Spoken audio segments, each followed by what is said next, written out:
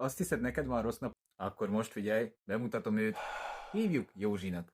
Pénze, az zéro, mínusz. Józsi a fizetésképtelenség két lábon járó szobra volt. De a bevásárló listáján olyan fontos dolgok voltak, mint a csoki, borotva és a pia. Szóval meg kellett oldani. És hopp, ott volt a bolt. És hopp, ott volt a Józsi is. Éjszaka, Kiskunhalas. Egy kis ajtótörés, és már is indulhat a zavartalan bevásárlás. Józsi élvezi az üres sorokat, a választék is pazar, és hopp, megérkezik az italosztályra.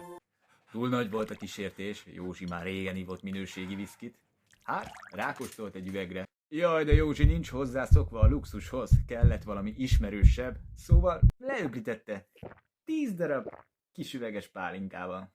De még ez is túl jó volt neki. Így ráívott egy kis sós borszeszt. Érted? Ott van egy rakás minőségi pia. Ő meg sós borszeszt iszik, amit a nagyanyád a fájós lábára keneget. Szóval ott van Józsi, 4 megpakolt szatyorral, a bevásárlás tökéletesen sikerült. De aztán... Mint tudjuk, egy bevásárlás milyen megterhelő. Józsi is így lehetett vele, mert ott helyben szúnyókálni támadkedve a sorok között. De sajnos ébresztőt nem állított. Így... Na várj. Bemutatom Gézát. Géza egy Kiskunhalasi ABC üzletvezetője. Géza, mint minden reggel, hajnali 5-kor érkezett. Kinyitotta az üzletet. De hoppá! Erős bűz csapta meg az orrát, és hangos horkolás, de hamar megtalálta a dohány és a piaszak forrását. Mert ott feküdt Józsi. Géza eszes üzletvezető révén rázárta az ajtót Józsira, és hívta a zsarukat. És a zsaruk már névből ismerték a mi kis szagos Józsinkat. Mire észhez tért, rájött, hogy borotva helyett birincset kap. De várj! Itt még nincs vége.